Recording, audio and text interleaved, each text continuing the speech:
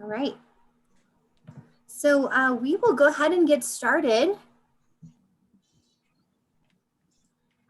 Welcome. Thank you so much for coming to this today. This workshop info session is how to host an internship, hosted through the Career and Transfer Services here at ACC.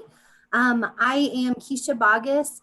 I am the work-based learning coordinator at Arapahoe Community College, and one of my roles here is to work with students who are looking to find internships and sort of be that connector piece and help them to navigate the world of internships and really get plugged in and connected with an employer. So it is lovely to meet all of you in the virtual world. My arrow's not working. I'll have to use my arrows down here. Okay. So just to share a little bit about our office, and can you hear me okay, Evan? Great. Sometimes my mic does weird things, so I'm going to try and scoot up closer. So our office is ACC Career and Transfer Services. We offer services to both students and employers. For students, we really see ourselves as that exposure and connection piece. So we offer things like career exploration, resume development and interview skills, job internship assistance, career workshops and panels for them to get an idea of what different industries offer, and then transfer assistance, because many of our students will come to ACC and they will begin their education here. They'll maybe complete 2 years here, get an associate's, and then want to transfer on to a 4-year college. And so our office also helps them figure out and navigate those details as well. For employers, we offer several things. One of the biggest things is connection to students. We really see ourselves as access to students who are engaged and energized, and a way that you can educate our community about your industry. One of the biggest ways we do that is through our online job board. And so we call it Purple Briefcase. It's a place where you're able to post jobs and internships and get right in front of students and let them see what's going on in your company. I'll share a little bit as we go too, and I'll be sending out information that'll have a step-by-step guide to get you set up on Purple Briefcase if you're not already. Many of you might be here today because of Purple Briefcase, and that's another really great resource that we use a lot to get information out to our employers. So we're always sending emails about workshops that we're hosting for students or inviting students to career panels.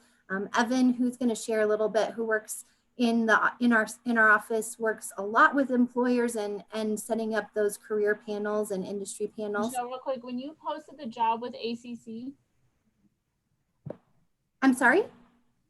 Oh, I didn't know if somebody was asking a question. It looked like Heather had a question. Sorry, I think I just didn't have mute on. I apologize. Oh, no worries at all. Yeah, no worries at all. And please, sometimes it's hard for me to notice if something comes through in the chat. So I am a-okay if people want to interrupt me. We'll also leave time at the end for questions. Sometimes I can get on a roll though. So please do interrupt if you need to, or if you have a question. Yeah, so Purple Briefcase, we'll be sending out more information about that, how to get signed up with that. And please let us know if you do have any issues with it. We want to make sure that it's a smooth process for both you and for the students using it. And then, those employer workshops for the students, you can do one yourself. If you have a workshop you would like to run through our office, we'd love to talk with you about that. And then, like I was saying earlier, we're always putting on different panels and opportunities for employers to speak and to share their experience and wisdom with our students. And so we'd love to invite you to those as well. We are looking to hopefully host a fall semester internship fair this year, and we're still working out the details for that. So I will be sending out information about that as well. And then Evan is here to talk to us a little bit about a new service in our office called Purple Briefcase Mentorship. So I'm going to turn it over to him and let him share about that. Cool. Thanks, Keisha. I appreciate it. My name is Evan Kravitz. I'm one of the career counselors in the office. I was planning to show you the mentor function on Purple Briefcase, but I got behind and I'm actually still learning how to use it. So It's going to be in there a couple of days for me, but essentially what I'm doing is I want to the furthest extent that I can do it, I want to get students in touch with career professionals for informational interviews. So students who are interested in any number of career, I can tell them, well, here's the starting salary for something like this, and here's typically what degree you need, but I can't tell them what a day in the life of an accountant is. And so what I've been trying to do is set up informational interviews with our students with career professionals. And for the last 2 years, I've been looking mainly at ACC alumni who already have something in common with the students, but I'm reaching out to businesses now too. So if taking on a mentoring role is something that you feel you're up to, I would love to have you contact me. My email and my phone number are both in the chat room. The mentoring part is really just helping to guide a student along their degree path. Not finding them job interviews, but helping them with their resume, helping them with understanding what a day in the life of this particular occupation is like, all those kinds of things. And it would be a relationship that the student would have to help guide them to get that first job after college. So if you have any interest in taking on a mentoring role, it's not, it doesn't require a lot of time. But if you are interested in doing that, I would love to have your expertise available to students. So please feel free to email me or call me. I'm getting the mentoring function on Purple Briefcase up and going. But again, just email me or call me. I would love to talk to you, and I would love to have you as a mentor for one of our students. So thank you. And thank you, Keisha. I appreciate it. Awesome. Thank you, Evan. Thanks so much for sharing about that with us. All right, we're going to talk just a little bit about what an internship is. I think that this is not a new term at all. And so I just wanted to touch on what it is and what it isn't and how we define that here at the college. So the NACE organization, which is the National Association of Colleges and Employers, defines an internship as a form of experiential learning that integrates knowledge and theory learned in the classroom with practical application and skills development in a professional setting. So really that connection between what the student is learning in the classroom and then getting a chance to practice it and put it right into action in the office setting or the work setting. So generally we see this as a one-time experience. It may be a part-time or full-time opportunity depending on what your needs are. It may be paid or unpaid, depending. And we always encourage, if they're, I get this question a lot, should I pay my interns and what should I pay my interns? And we'll talk about that more in a minute, but we always encourage employers to offer a wage if possible. We feel like it engages the students a little more. You get a little more buy-in from them. Although some of our programs, the students are actually not allowed to accept a wage. I know physical therapy assistant is one of those. So there are some differences there. The internship is going to promote development all around holistically, academic-wise, career, skill, personal, really giving that student an opportunity to just try on something new, to use some skills that they're building in the classroom and to really give, to contribute to an organization that can use them. And then the tricky part is just that balance between the intern's learning goals and then the specific work needs of the company. And we're here at the college to help with that and to help navigate that. The faculty are also amazing at that and helping to navigate that as well. What we see an internship not being is a guaranteed job offer. And that's what we share with our students. This is not a guaranteed job, but an opportunity for you to work for a little bit and maybe network and to grow some networking opportunities for you. And then it is not an easy A. There is work that is involved in it, both on the school side and then also, of course, where you are. We are not expecting that students are coming in here to just check off a box.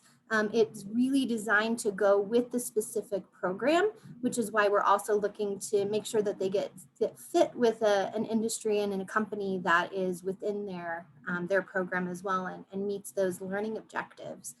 It's also not really a way to find inexpensive labor, or to complete tasks that nobody else in the company knows how to do. An internship really should be guided, and it's hard to guide if you don't actually know how to do the work either.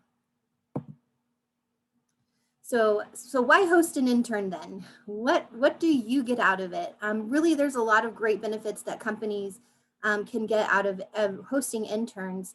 A year-round source of highly motivated pre-professionals. They're coming in with energy, with new ideas, learning the most current technology, the most current skills, which also, you know, allows them to bring in some new perspectives to old problems. And a lot of times we get up too close and personal with something, and it's nice to have some fresh eyes on a problem and on a project. It's definitely a way to build your brand with increased visibility of your organization on our campus. Students are going to talk to each other and share with each other what they're doing. And if they're excited about where they are and where they're going, they're going to share that for sure. It's a way to increase productivity, of course. An intern will free you up to hopefully work on important tasks that you need to get to as well. And then this one is kind of maybe something that isn't first thought of, but a way for your staff to enhance their own skills. Maybe people who haven't had a chance to have a supervisory role before or a mentor role, and a way for them to also kind of grow in their own skill set in that way. And of course, you know, viewing potential employees in action before offering them a formal job, you know, it's a great way to try somebody out, see how it fits, see how it works for your company, maybe make adjustments as you go, and then maybe even offer a job to someone, which would be amazing. And what we've found that research says is that employees who start as interns are actually more likely to stay longer at a company. They show more loyalty to a company because they started out there and learned from you. And of course, then, you know, creating opportunities for students. I feel like we've all had in our lives and in our careers someone who helped us out and helped us get to the next step, and how great it is to be able to give back to people coming in and doing that underneath you. So there are some specific internship classes at ACC. What that means is that these classes are going to be connected with certain programs at our college. Students, in order to graduate from the program, have to take an internship or a community education or co-op class. So they have to do some type of internship experience or capstone experience. Sometimes this is done more in the classroom and then in partnership with a company. And so a student might complete a capstone project where that's more like a special skills, a special assignment in connection with a business. And then otherwise it's going to be a very traditional experience, a very traditional internship experience.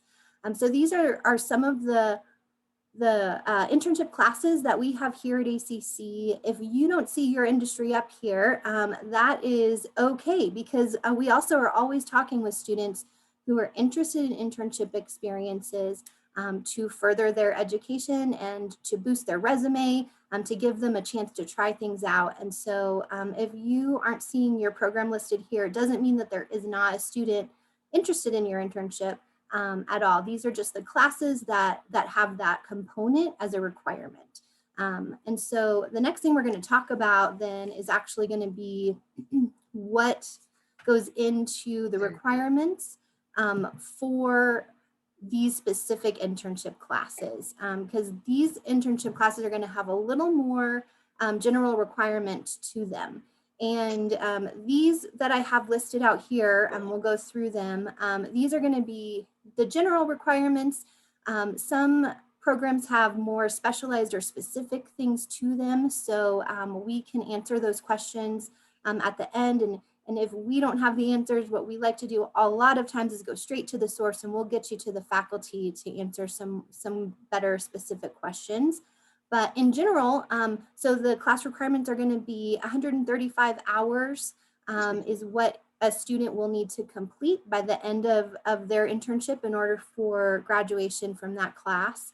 The internship must comprise tasks under the supervision of a well-versed mentor or supervisor. So like I was saying before, that's going to be someone who knows what that job entails and is able to really mentor and walk the student through as they're having questions and as they're working on a project and that kind of thing. And we really see the sponsor and the student deciding what the tasks are. You know your environment, your office, what needs to be done, and how to get that done best. And so we see you and the student working that out. And then of course the faculty advisor is going to be an advisor to the students. And also we'll have some learning objectives that the student is going to need to take into account for their goals as they go throughout the internship.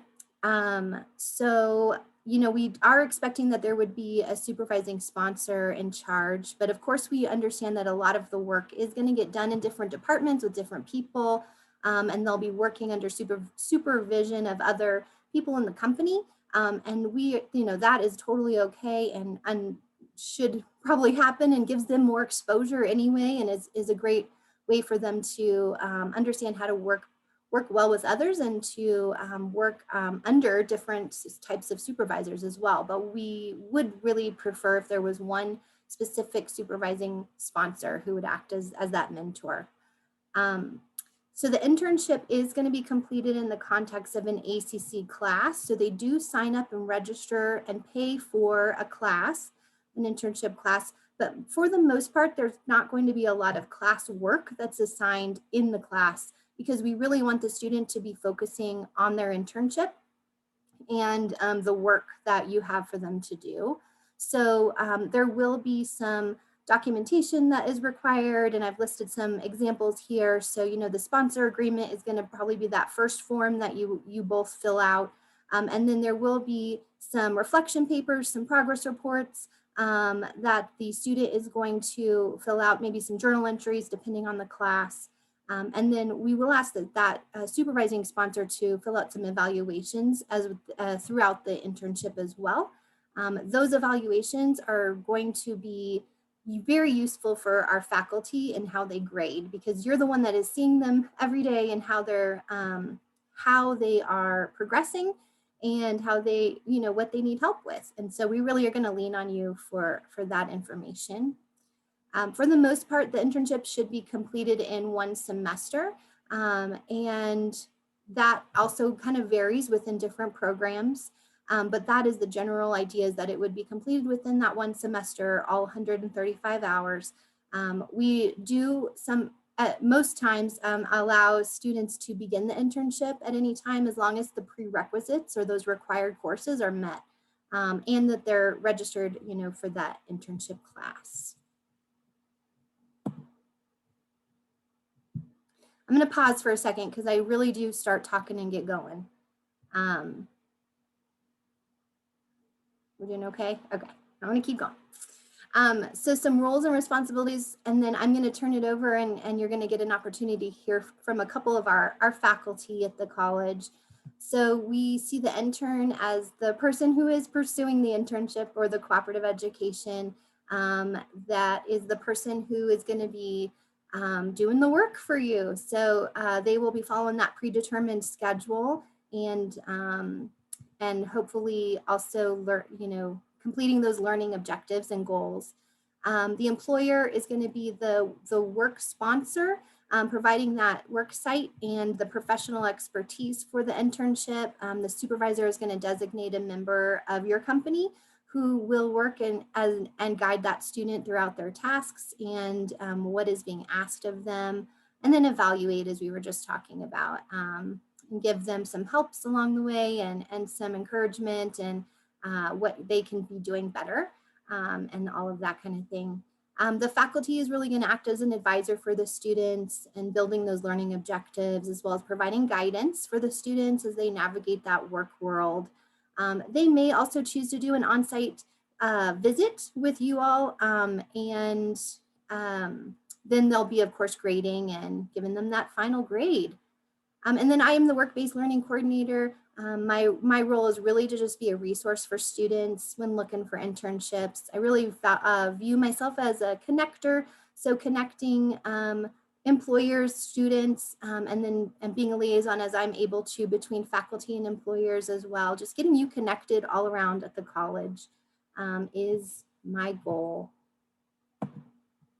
All right, so I'm going to turn it over now. You're going to get an opportunity to meet two of our paralegal faculty. We have Celeste Carpenter, who is the paralegal program coordinator. And then we also have with us Richard Corbetta, who is the paralegal program chair and also faculty. And they've been with the college for several years and have been doing internships for a long time. So they're going to share some insights and what they think, what they can share with you on successful internship practices.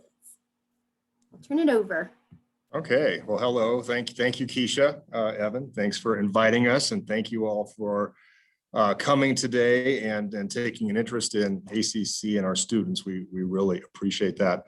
I am the paralegal program chair, and Celeste is the paralegal program coordinator. So our thoughts obviously will be focused on paralegal internships primarily, but I think our experience and you know, what we can share is probably generally applicable across the internship experience. So in you know, what makes a successful internship, obviously that could be you know, we could spend many hours and many days talking about that and you know, never really get to the end. But I just jotted down some thoughts that I think, you know, based on our experience, I want to share with you all who you know, do take our interns or might be interested in taking our interns.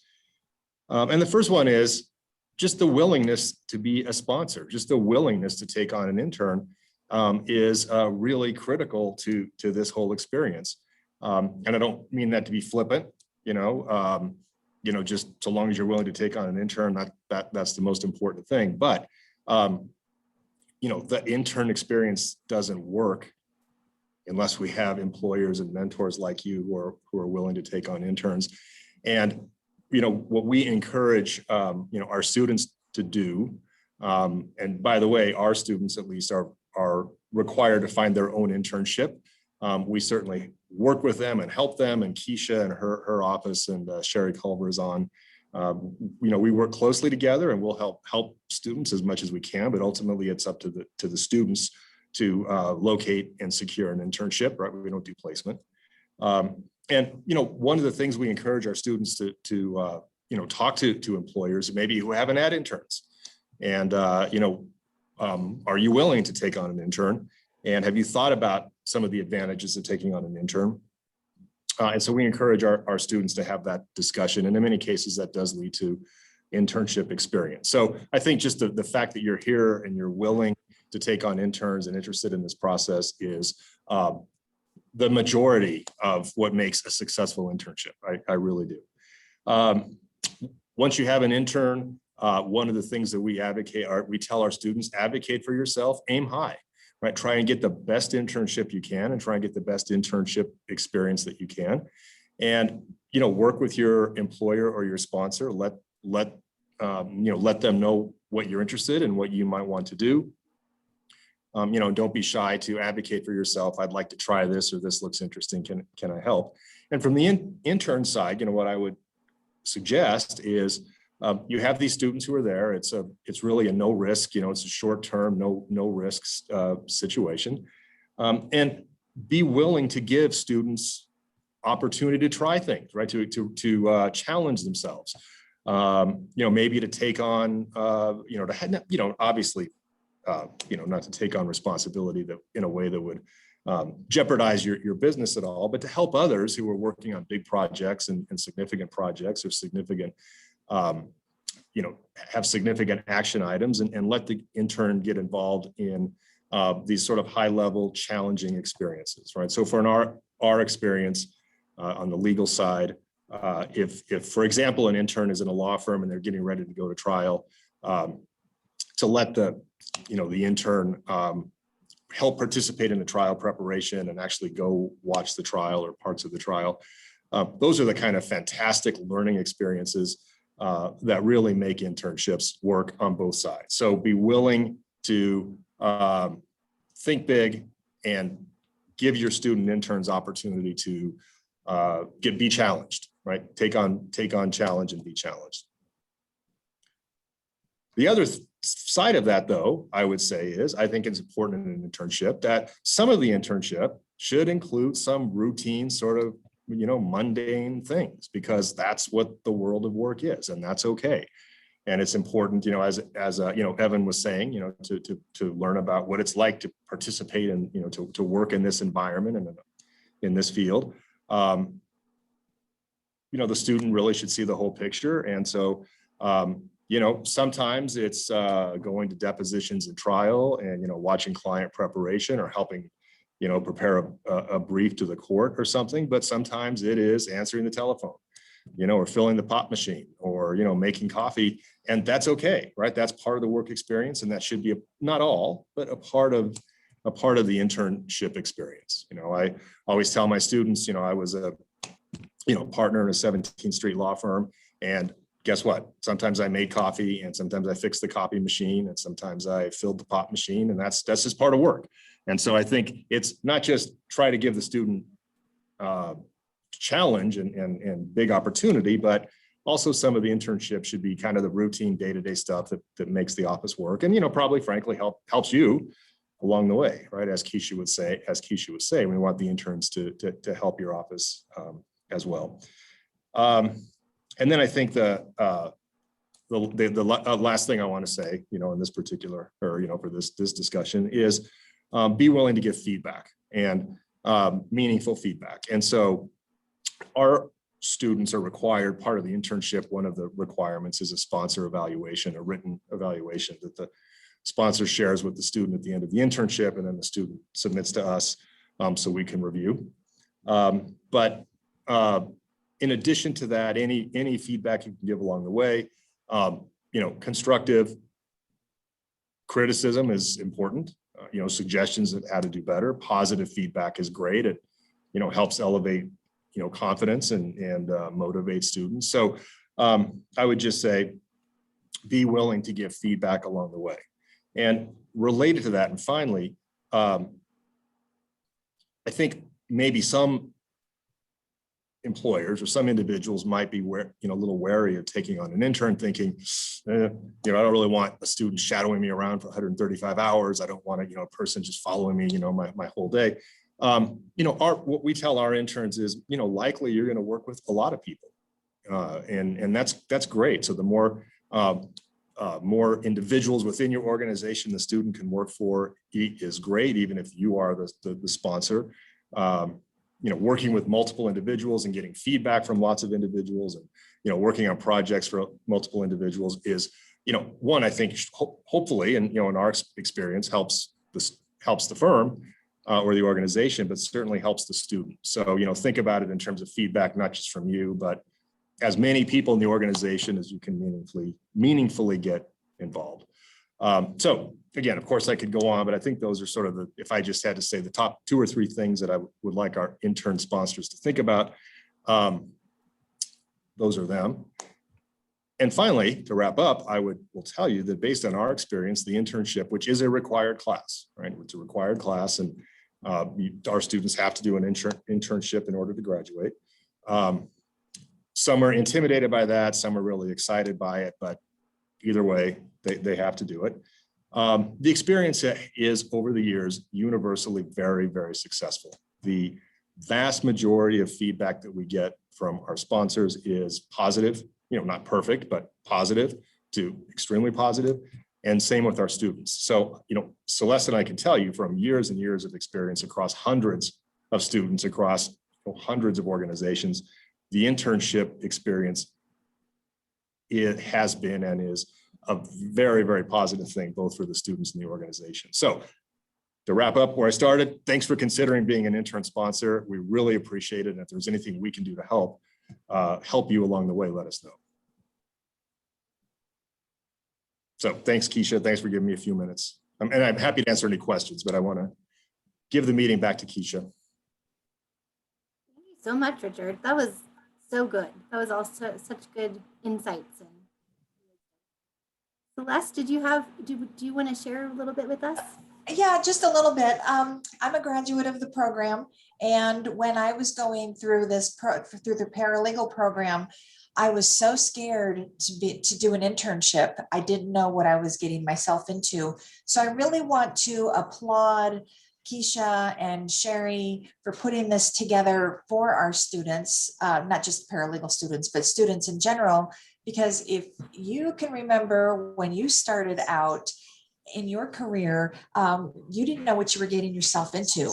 And this is a great way for our students to, one, know what they can bring together their education and then couple it with their experience, and the light bulb goes off. And finally they're like, oh, I remember learning this in school. This is why I needed to know that. And it really is an eye opener. And I do want to applaud the employers that are here for taking that leap and taking on interns, because it is scary as a student not knowing what you're getting yourself into. And for you to act as their internship host and a mentor, it really does make a difference. So I would like to thank you for doing that and coming here and being a part of this program. We need you. Thank you, Keisha and Sherry. Thanks, Celeste. That was great. We do need you. We could not do internship classes without our employer partners. So that is so good. All right, so just a few things to wrap up today. I had just seven, in fact, things for you to consider as you think about taking on an intern, and maybe some things to think about before you even put that job posting out there. So how much will you pay the intern? Of course, wages are going to vary widely in industries, so make sure that yours is competitive. Students are paying for the internship class, and so that's just something to keep on your head, as well as these students are putting some buy-in into this program. So if you are able to offer them a wage, that's always encouraged and wonderful. And we understand that it's not always possible. Where will you put the intern in location?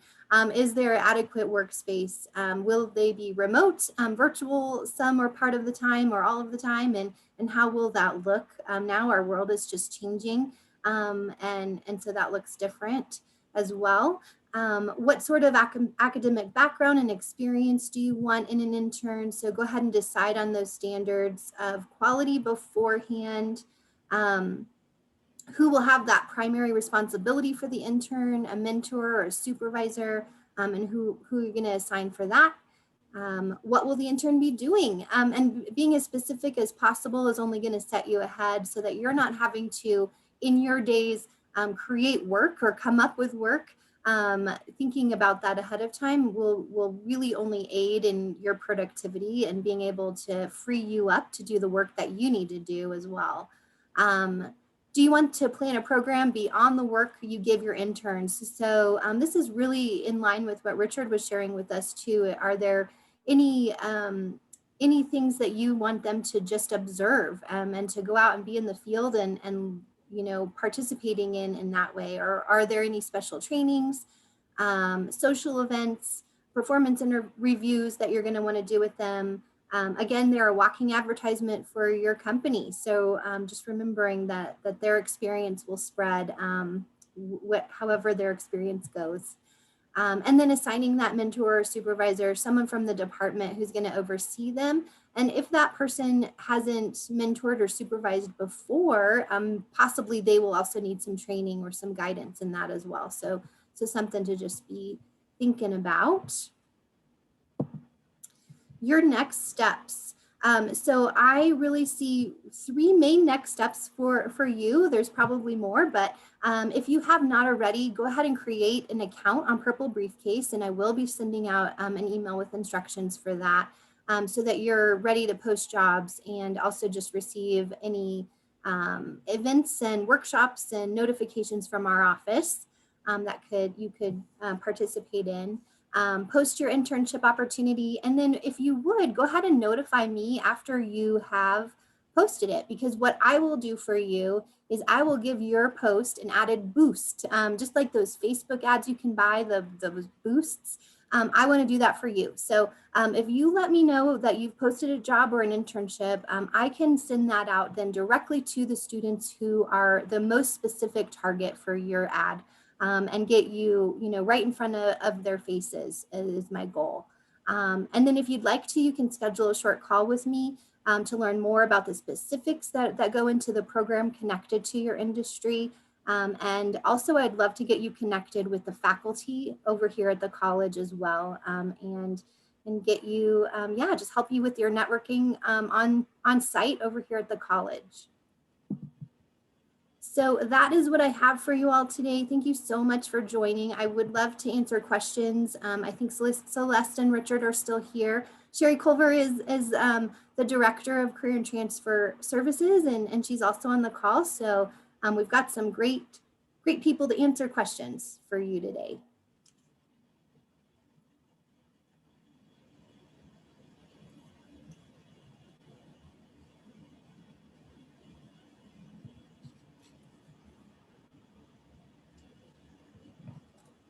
Wow. No questions. Or maybe you're thinking of them still. I'm going to put maybe you just did a good job of explaining. I'd love to think that. I'm going to put my email in the chat.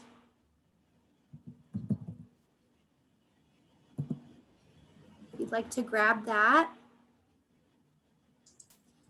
And I'll stay on for a couple more minutes as well. In case, I think maybe I have a chat coming in. Okay, not a question. Yeah, we'll stay on for a couple more minutes. Oh, when would be the best time to post on the job board? Oh, that's a really good question. I'm going to turn that one to Sherry. Are you still on? Yeah, I'm still here. Yeah, what do you think about that one? So all jobs that we do post on our job board, we usually set an expiration date. If you don't already, we'll set an expiration date for like 2 or 3 months out. So you can post anytime.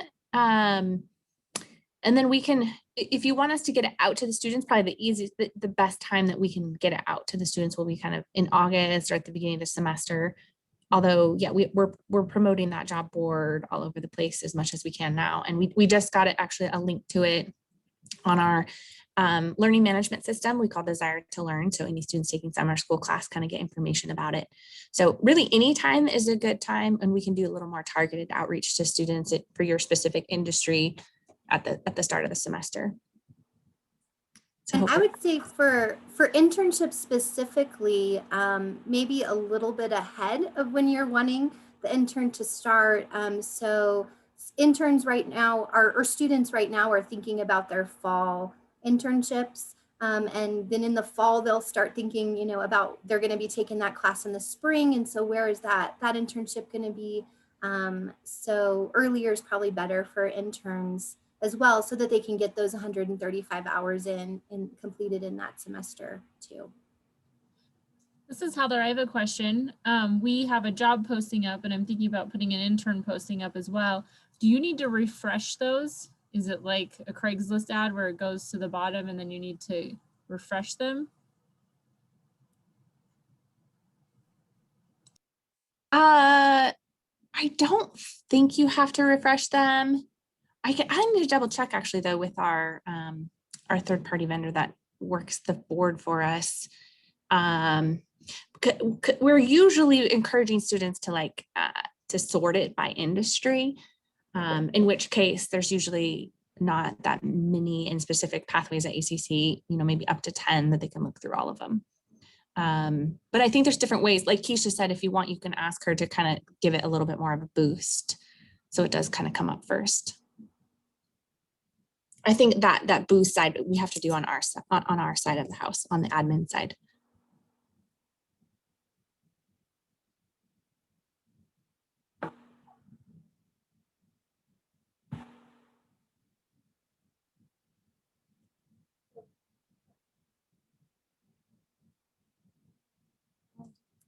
All right, well, thank you so much, everyone. Again, I'll stay on just a couple more minutes, but if you need to hop off, you can, and just hope that we can connect. I'll be looking for your names and hoping to connect with you all for some possibilities.